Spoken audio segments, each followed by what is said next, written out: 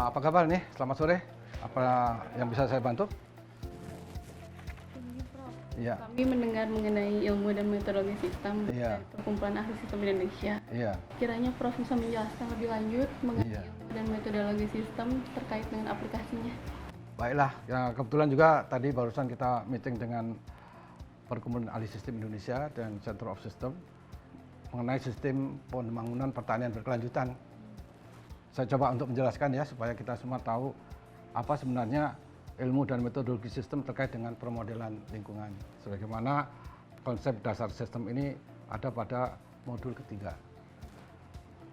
Ada dua referensinya, nanti kalian juga bisa membacanya untuk lebih mendalami. Namun kiranya saya akan menjelaskan mengapa kita itu bersistem. Ini sebenarnya sangat sederhana.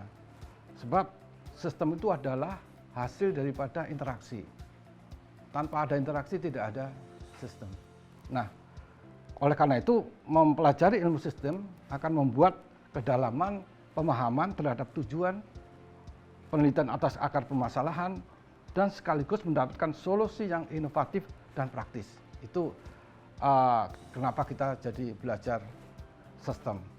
Ya, saya lanjutkan. Memang dalam dunia ilmiah maupun dunia umum itu kita sering mendengar istilah sistem. Namun banyak sekali yang hanya memperhatikan dalam keterkaitan yang parsial atau terputus-putus. Apabila kita menelaah hubungan antara struktur dan pelaku, kita akan memulai memahami bagaimana suatu sistem bekerja dan bagaimana membuat pola kinerjanya menjadi lebih baik. Sebab rekayasa sistem adalah membuat sesuatu menjadi lebih baik. Sistem ya sebagai definisi adalah gugus dari sesuatu faktor, alat dan sebagainya yang berhubungan satu sama lain dalam satu cara sehingga mampu menghasilkan sebuah pola perilaku sendiri pada jalur waktu. Artinya apa? Sistem itu bersifat dynamics. Pada setiap waktu mungkin terjadi perubahan-perubahan sistem sesuai dengan waktunya atau zamannya atau eranya ya. Saya kira memang seringkali orang bicara bahasanya teori dan praktek itu beda. Kalau akademisi berpikir lain, no theory, no learning. Tanpa teori kita tidak bisa belajar. Ya. Oleh karena itu, kinerja atau perilaku suatu sistem tidak bisa diketahui hanya dengan mengetahui elemen atau faktor apa yang membuat suatu sistem, harus dipelajari keterkaitannya. Itu adalah teorinya. Nah, pada tahun 1968, Von Bertalanffy itu adalah bapak ilmu sistem menemukan apa yang disebut dengan General System Theory. Ya, yang intinya bahwasanya semua persoalan-persoalan sistem itu adalah persoalan-persoalan interkoneksi. Suatu persoalan menyangkut keterkaitan satu dengan yang lain. Oleh karena itu, sistem menjadi ilmu yang mampu merangkai. Ya, mungkin sedikit mengurai, tapi yang jelas kemampuan ahli-ahli sistem itu adalah merangkai suatu elemen, faktor menjadi suatu bangunan yang utuh. Nah, oleh karena itu di dalam definisinya itu sendiri secara sistem adalah gugus dari elemen-elemen yang saling berkaitan dan terorganisir untuk mencapai gugus dari tujuan-tujuan. Jadi komponen tujuan menjadi sangat penting karena dialah yang membuat itu menjadi terorganize. Ya. Berkaitan ini itu dalam konteks aplikasinya itu bisa interaktif, interdependensi, korelasi, konektivitas, jaringan, network yang sekarang mungkin Anda sering dengar di berbagai program. Nah, sekarang kalau kita sudah tahu mengenai definisi sistem, tipologinya seperti apa? Sebenarnya sistem itu mudah sekali, yaitu input, proses, output. Itu sistem. Ada input yang diproses menjadi output. Ya. Nah, IPO ini kemudian tipologinya ada 3. Ya. Yang pertama kita sebut sebagai sistem analisis, di mana inputnya tahu, prosesnya tahu, outputnya yang tidak tahu. Itu namanya sistem analisis. Kalau kita melakukan sistem desain atau rancang bangun sistem, inputnya tahu, outputnya tahu, prosesnya yang harus dirancang, yang kita tidak tahu. Sedangkan kalau ini yang paling sulit di dalam pemahamannya itu mengenai sistem kontrol atau pengendalian sistem. Ini prosesnya tahu, outputnya tahu, input apa yang harus kita desain supaya proses dan outputnya itu menjadi kenyataan.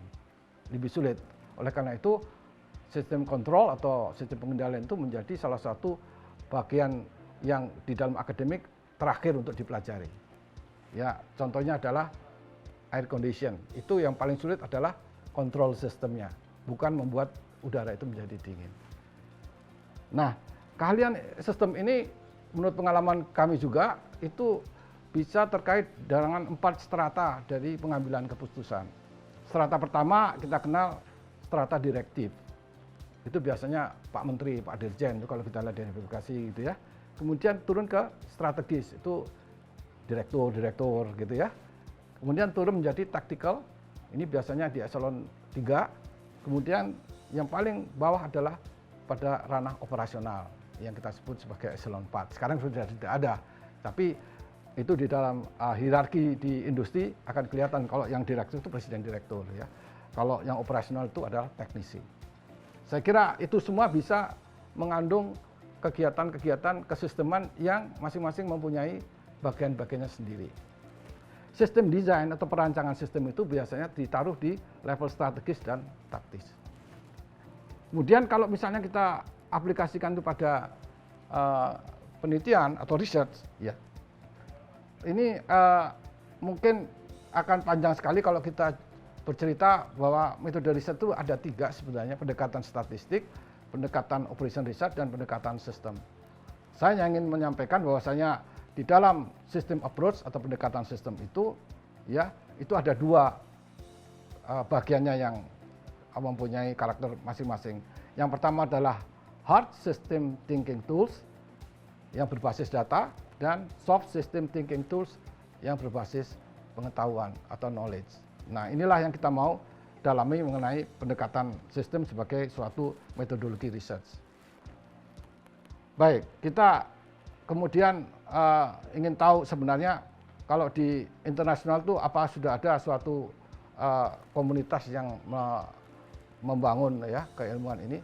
Ada namanya International Society for System Science. Bukunya adalah System Research and Behavior Science, itu jurnalnya. Nah, dengan General System Theory ini, maka nanti akan ada 2 aliran ya, aliran yang disebut dengan hard system thinking, yang kedua adalah aliran soft system thinking. Mungkin pada suatu saat kita bisa mendalami lebih lanjut, kita perlu tahu apa yang disebut hard dan apa yang disebut dengan soft. Namun bagaimana juga itu merupakan suatu instrumen ya, supaya riset kita mempunyai kualitas yang tinggi dan mempunyai solusi yang aplikatif. Bagaimana kalau kita mau memilih ya dari instrumen-instrumen yang tersedia, itu banyak sekali ya instrumen mengenai kesisteman itu. Hanya sayang memang di Indonesia masih belum banyak diajarkan. Mudah-mudahan dengan kegiatan diskusi seperti ini, kita mulai melihat kemungkinan masuknya teknik dan ilmu sistem itu ke akademik. Nah, di dalam memilih instrumen sistem tadi, itu ada 3 yang penting Anda harus perhatikan. Pertama, jenis penelitian Anda itu apa sih? Apakah merupakan riset terapan atau riset akademik? Itu sudah langsung berbeda itu. Applied research atau academic research. Kemudian siapa yang akan memanfaatkan hasil dari riset kita itu, riset kesisteman itu? Apakah akademik, apakah itu bisnis, apakah itu birokrasi, lembaga publik? Itu masing-masing punya teknik dan metode sendiri-sendiri. Dan itu sudah kita aplikasikan baik itu secara akademik maupun secara praktis. Yang paling penting di dalam memilih tools tadi adalah misinya apa sih? Apakah kita menyelesaikan masalah atau mencapai tujuan? Contohnya kalau kemiskinan. Kalau kita lihat kemiskinan itu adalah masalah, sehingga judulnya adalah pengentasan kemiskinan. Tapi kalau topiknya kesejahteraan, itu adalah meningkatkan kesejahteraan masyarakat. Itu kelihatannya yang satu masalah, yang satu adalah tujuan. Kira-kira bisa dipahami enggak? Ini memang agak sulit.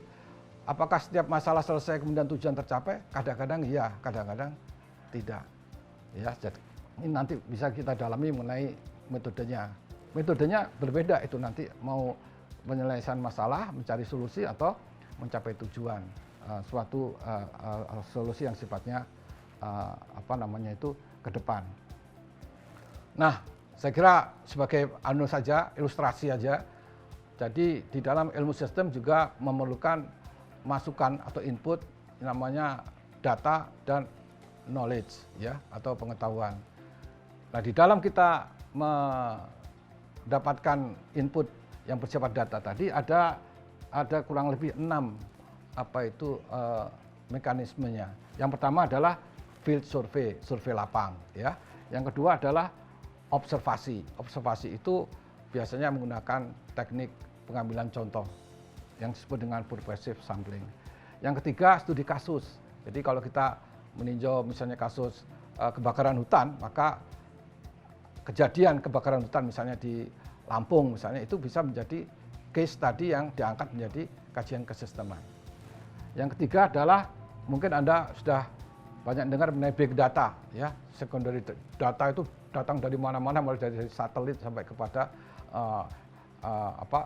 sosmed. Itu bisa menjadi juga input. Yang selanjutnya adalah kita menggunakan studi statistik, dan yang terakhir yang tidak kalah pentingnya adalah simulasi. Simulasi itu adalah suatu teknik yang melakukan perumpamaan gitu. Jadi misalnya kalau kita mau mengirim orang ke bulan, maka kita melakukan simulasi lebih dahulu di bumi dengan kondisi yang ada di bulan. Itu juga tekniknya khusus. Nah, itu kalau dari data. Tapi juga kalau kita lihat dari bagaimana kita menyerap pengetahuan atau knowledge elicitation, itu ada 5 itu caranya itu. Yang pertama melakukan yang disebut dengan expert survey. Expert survey itu adalah survei yang respondennya ahli. Jadi bukan sembarangan responden, tapi responden itu dipilih ya. Misalnya apakah dia itu dari pendidikannya atau dari pengalamannya atau dari gelarnya dan sebagainya, itulah menjadi responden expert survey, expert responden namanya. Yang kedua adalah ini yang sering kita dengar yaitu FGD, yaitu Focus Group Discussion. Kita melakukan diskusi dan ada suatu fokus untuk membicarakan topik-topik tertentu, itu FGD. Yang ketiga adalah melakukan apa yang disebut dengan in-depth interview. In-depth interview itu adalah pendalaman pada suatu perihal pada orang yang memang mempunyai kemampuan untuk memberikan informasi atau pengetahuannya. In-depth interview, interview secara mendalam. Yang tidak kalah pentingnya adalah textual study. Jadi orang sistem harus banyak membaca karena sumber daripada pengetahuan itu juga dari buku, dari literatur, dari pustaka. Sehingga jurnal-jurnal menjadi sangat penting untuk masukan dari kajian kesisteman. Nah, yang terakhir ini juga tidak kalah pentingnya adalah comparative study atau studi banding. Misalnya kita melakukan kajian mengenai sistem pasca panen di Indonesia gitu ya, kita juga bisa melakukan studi banding praktek-praktek pasca panen di Korea misalnya. Nah, ini kemudian ada parameter-parameter yang bisa dialihkan dari satu tempat ke tempat lain melalui studi komparatif atau benchmark ini. Ini ada mekanisme dan tekniknya sendiri ya. Bukan jalan-jalan, itu lain lagi. Itu namanya turisme, tapi ini adalah komparatif studi yang mempunyai metodologi. Nah, pada kaitan selanjutnya, semua metode-metode ini kemudian dikumpulkan ya, menjadilah apa yang disebut dengan System of System Methodology. Ini oleh Jackson pada tahun 2010. Banyak sekali metode baik itu hard maupun soft yang kemudian dikumpulkan menjadi suatu khasanah apabila kita mau menggunakan ini sebagai toolsnya. Khasanah teknik dan metode sistem itu banyak sekali. Jadi beda dengan misalnya statistik itu ya, sudah ada persamaan regresi, ya sudah itu aja. Kalau di teknik sistem tuh macam-macam ya, mulai dari AHP, SAST dan sebagainya. Nanti kalau mau masuk ke metodologi bisa kita belajar di situ. Nah, menurut Jackson, kita harus melakukan suatu testing daripada berbagai macam instrumen yang kita punyai, ya. Karena tanpa diuji, maka bisa saja seharusnya pakai metode A yang diterapkan metode B. Akibatnya terjadi suatu kesalahan di dalam interpretasi maupun analisisnya. Nah, juga di dalam hal ini Jackson menekankan transdisiplin of system thinking. Artinya apa? Kita harus bisa menggabungkan berbagai macam disiplin ilmu. Apakah itu ilmu ekonomi, ilmu teknik, ilmu sosial, ilmu psikologi, ilmu geologi. Nah, yang dikawinkan oleh ilmu sistem. Seperti saya katakan tadi, ilmu sistem adalah ilmu merangkai. Jadi satu tempat lain itu dirangkai menjadi satu bangunan yang utuh. Ilmu merangkai ini tidak mudah ya. Kalau kita merangkai bunga itu kan bisa sembarangan gitu ya. Tapi juga kalau mau belajar ikebana di Jepang bisa 3 tahun itu hanya merangkai bunga saja. Jadi ilmu merangkai itu adalah ilmu yang memang mempunyai disiplin sendiri. Nah, lanjutnya kita sampai pada keterkaitan filosofi sistem dan karakteristik persoalan. Ya, ini sebagai rangkuman dari apa yang sudah tadi kita sampaikan, bahwasanya sistem itu mempunyai falsafah mengenai holistik, sibernetik, dan efektif. Umpamanya melakukan suatu kajian yang sangat kompleks, bersifat stokastik dan berubah menurut waktu. Inilah suatu filosofi sistem yang menjadi bagian daripada suatu aplikasinya. Ya, baik. Saya lihat salah satu contoh yang terkait dengan permodelan lingkungan itu adalah mengenai konsep penurunan emisi karbon ya, yang kalau kita gambarkan secara causal loop ini ya, penurunan emisi karbon ini akan merubah paradigma dari pengelolaan lingkungan itu sendiri ya. Dari perubahan pengelolaan lingkungan tadi akan melakukan suatu pengembangan secara politik dan etika ekologi. Selanjutnya akan meningkatkan kesadaran masyarakat dan mengembangkan apa yang disebut dengan teknologi bersih. Ujung-ujungnya adalah pengembangan carbon tax system yang memperkuat suatu institusi lingkungan. Jadi baru kelihatan ya semua itu secara gambaran, secara utuh. Memang tidak mudah untuk membangun suatu pemikiran maupun aplikasi sistem. Namun paling tidak Anda sudah mulai mengerti bahwa sistem itu adalah ilmu merangkai, bahwasanya belajar mengenai keterkaitan dan dia itu goal oriented. Ya, saya kira terakhir sebagai suatu penutup dari diskusi ini sangat erat kaitannya dengan aplikasi digital. Apapun yang kita lakukan sekarang dengan menggunakan handphone, kita bisa mulai dari pesan makanan sampai pada kita motret lingkungan. Oleh karena itu ilmu sistem tidak bisa dipisahkan dengan revolusi industri 4.0 dan merupakan suatu aplikasi yang sangat tepat dari kegiatan-kegiatan digitalisasi komunikasi. Saya kira itu dulu ya, nanti kita sambung dengan pendalaman mengenai metodologi pada tempat yang lain, khususnya bagi para mahasiswa di permodelan lingkungan ini adalah suatu alat ya nantinya untuk research maupun untuk kajian-kajian akademiknya. Terima kasih ya perhatiannya ya, mudah-mudahan ada manfaatnya buat kalian ya. Terima kasih ya.